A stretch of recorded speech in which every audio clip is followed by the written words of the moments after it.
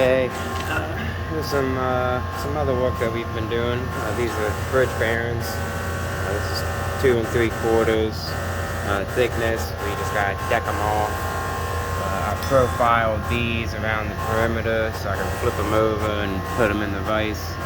And then I'm milling this radius on there. It's kind of hard to see. It's not too much of a radius, but there's a bit.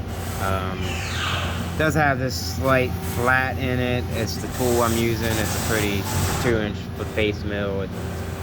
For what these are, it's fine. We're just gonna hit it with a DA probably and just smooth it out. Board holes, 1 5/8, I believe. There's some motor bed plates that we also milled. I believe this is 2-inch final size. This is 1-inch final size.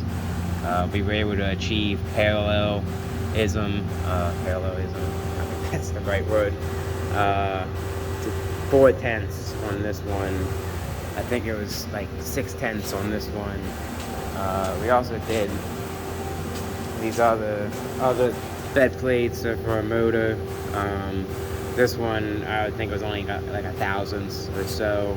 I did have to weld some tabs on.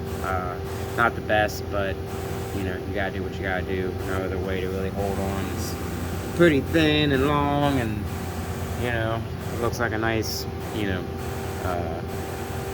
musical instrument. Tuning fork up in the machine. You know how it goes. Yeah, these were like 1 thou or something like that. The tolerance was 2 thou over the whole surface, so we're fine. Here's some more of those posts that we did out there.